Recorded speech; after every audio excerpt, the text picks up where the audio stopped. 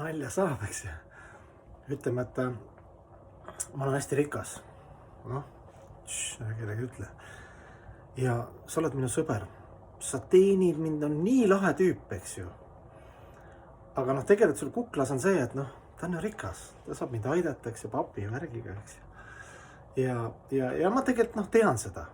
No ja ma ei panegi pahaks, ikkagi tore sõber, eks ju. Selline viisakas, tore, alati üritab kaasa elada. Aga tegelikult ta ei ole minust huvitatud, ta on tegelikult papist huvitatud, eks ju. Et Jumalaga on sama asi, et Jumal anna mulle leiba, anna mulle pirukad ja Jumal on vahend. Ja kui mind ka niimoodi, ma ütlen, mul on hästi rikas, eks ju, keegi mind teenib, ma ei pane pahaks, eks Jumal ka ei pane pahaks, eks ju, et me teda kasutame sellise vahendina, eks ju, see on ka tore, eks ju. Aga südames ja sügaval, ega me ei ole väga rahul ja Jumal ka niimoodi, et mind ma olen lihtsalt selline, kuidas seda lüpsilehm, eks ju, et saab see piima kätte .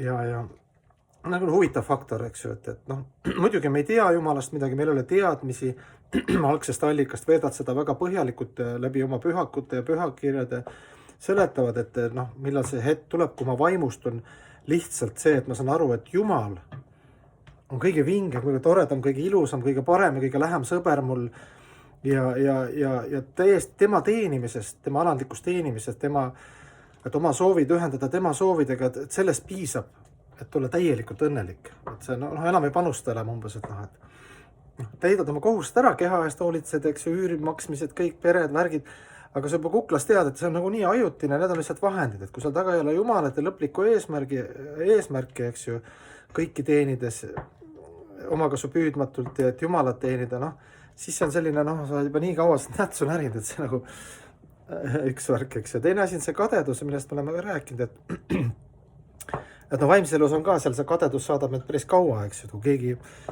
kuskil peenel tasemel seal laulab hästi või on hästi hea filosoof, eks siis me tunneme, et kadedus tahaks ka selline olla. Aga kui sa selle kadeduse üritad, õpid, treenid, harjutad, et selle kadeduse asemel tekib rõõm. Et vau, missugune vinge pühendunu. Ükskõik, see võib olla Jeesus Kristus, see võib olla lihtsalt mingi lahe inimene, kes üritab ka siin maailmas midagi ära teha, aga näha, et tal on selle omakasu püüdmatu soov ja sa imetled ja sul ei ole kadedust, aga vastupidi, sul on rõõm ja sa mõtled, et vaata, kus on ees, kui ma tahaks ka saada selliseks imeliseks kodanikuks või pühendunuks, eks ju. Siis huvitav pidi see olema, et kui sul on see emotsioon, kadedust ei ole, rõõmu tunned, eks ju, kes on sinust eespool, siis Jumal vaatleb seda kui ka pühendunud teenimist. Ja varem või hiljem, eks ju, põhimõtteliselt sa saad sellest kohe punnat, et sellist head reaktsiooni, mitte et sa kohe selliseks saad, aga Jumal näeb, et see elusolend ka üritab sinna headuse valguse poole, ta annab sulle vaikselt hakkab andma, sest see on sinu soov, sinu valikuvabadus, sa oled suunanud valikuvabadus selle peale, et saada ka puhtaks, ilusaks, toredaks inimeseks, eks ju, südamest, eks ju. Ja sest tegelikult öeldakse, et ega Jumalale, teda ta võtab kõik arvesse, eks ju, aga tal ei ole vaja midagi, sest meie sõltume temast. Ta otseselt ei ole vaja, kas ma annetan nii palju teen askeesi, nii palju, loen pühakirju, nii palju palveid, nii palju, ja siis Jumal vaatab nagu raamatupidajad, ta tegi nii palju, nüüd ma annan talle nii. Ta võib anda, eks ju, kui sa askeese sooritad ja jõupingutusi teed, aga kõigega taga on ikkagi see puhas süda või see puhas emotsioon. Mis emotsiooni see omakasu püüdmatuse ja selline alandlikkuse, tänulikkuse see protsent seal on, et seda hindab Jumal ja samamoodi siis ka Jumal hindab seda, et kui näeb, et üks väike käkerdis nagu mina, eks ju, omadus ei ole, selle ajastu mingid templid, samskarad, luubid, harjumused, et suhteliselt lootusest okeis, aga vend kuulab seal pühendunuid ja imetleb üldse seal inimesi, kes on temast parem rõõmuga, mitte kadedusega.